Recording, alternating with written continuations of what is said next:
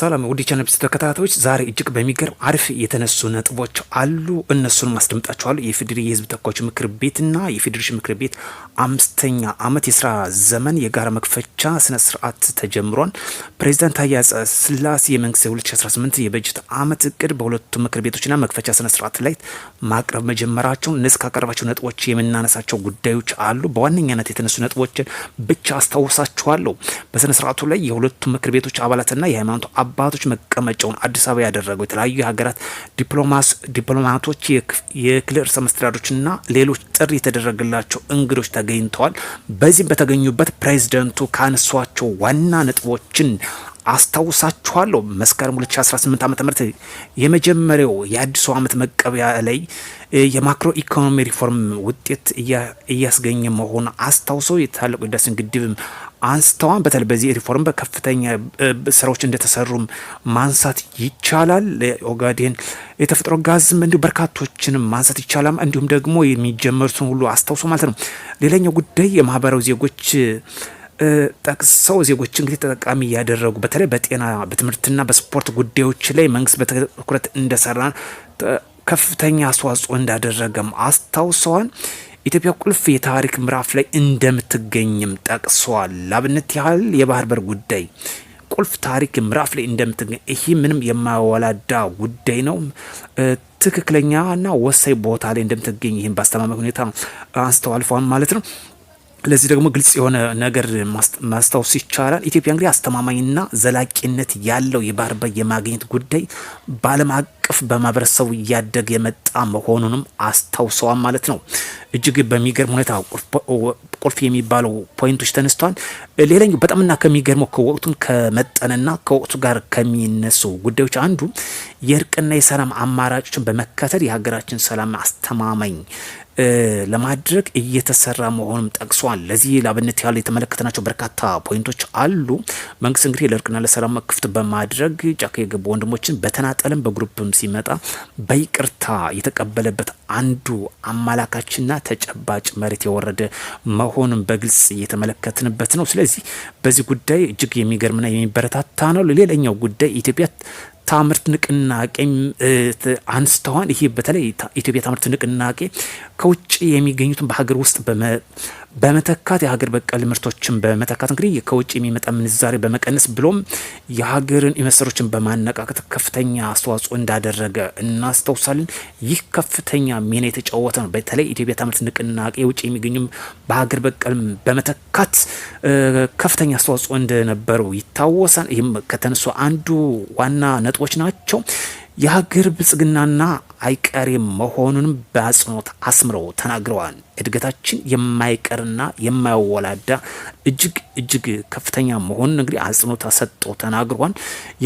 የቱሪዝም ዘርፉ መነቃቃት እንዳለም አስረድተዋል። በተለይ ቱሪዝም ዘርፍ ሀገር ለገብታና ሀገር ለሸገር ትልቁ ሚና ይጫወቱታል። ባይዘወይ ብዙዎቻቸው የምትሳለቁበት ዋነኛ እዚህ ጋር ላስታውሳችሁ ሀገር ለገብታና ሀገር ለሸገር ከፍተኛ ሪዞርቶች እንግዲህ በተለያዩ ቦታዎች ተገንብተዋል። በሀገሪቱ ጫፍ እስከ ጫፍ ዋና መሰረት ያደረገ የጎብኚዎቹን የቆይታ ጊዜ ማራዘምና ምቹ ጊዜ መፍጠር ነው። ለዚህ ደግሞ ቱሪስቶችን በከፍተኛ ሁኔታ ወደ ሀገራችን ፍሰት እንዲሆን ኖር ማድረግ ነው። ስለዚህ በርካታ መነቃቀት እንዳለም አንስቷል ማለት ነው። በተለይ በአፋር ክልል የነበረው ቱሪዝም እንቅስቃሴ እጅግ በሚገርም ነው። ከዛሬ 3 ወር በፊት ዳሰሳ እየተመለከቱ ነበረ። በጣም በሚገርም ሁኔታ ከፍተኛ መነቃቀት ካለው አንዱ እሱ ነው።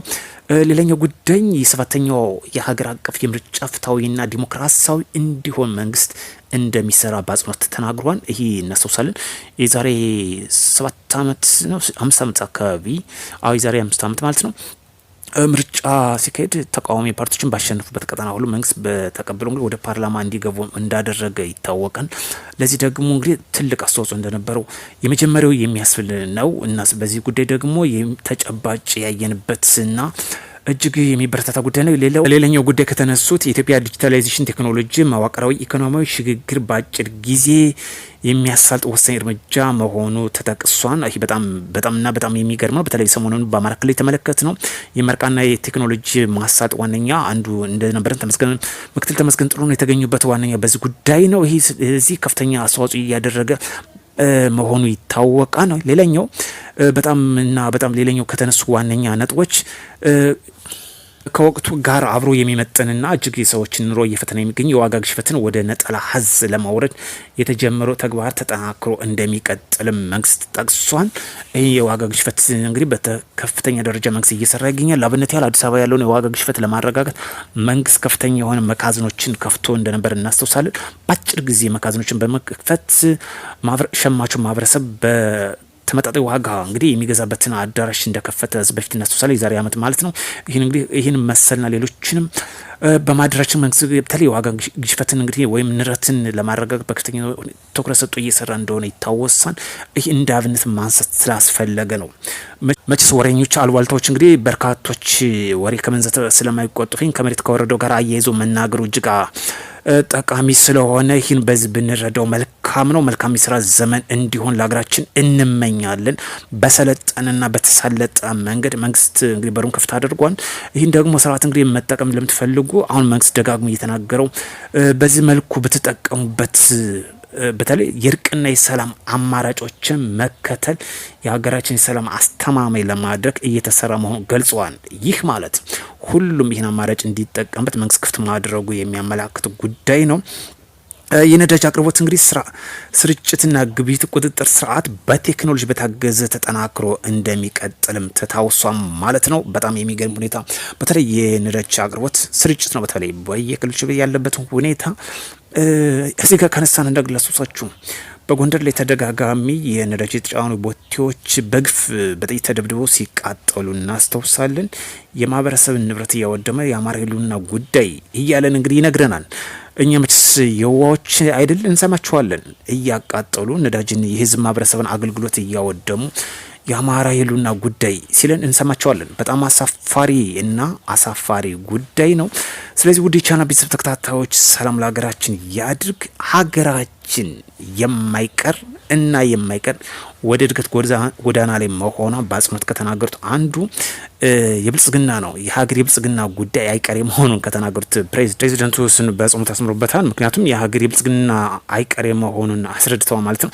ስለዚህ አሪፍና ወሳኝ ነጥቦች ተነስተዋል። ይህን እድልና አማራጭ ብንጠቀምበት አትራፊ ነን። በነፍጥ የሚመጣ ለውጥ የለም። በርካታ አዲስ መረጃዎች እየወጡ ይገኛሉ። አሁን ያልተሰሙ መረጃዎች አሉ። እሱም በተጨባጭ የወጡ አሉ። እሱም በሁለተኛ ቪዲዮ የምመለስበት ነው የሚሆነው። በርካታ ወንድሞች እርምጃ ተወስዶባቸዋል። እያየሁት ነበረ። ሰላም ይቅደም። ከጦርነት የምናገኘው ትርፍ የለም። ሰላም ለሀገራችን ያድርግ። ዘረኝነት ይውደም። መልካም ምሽት እንዲሆንላችሁ ተመኘው።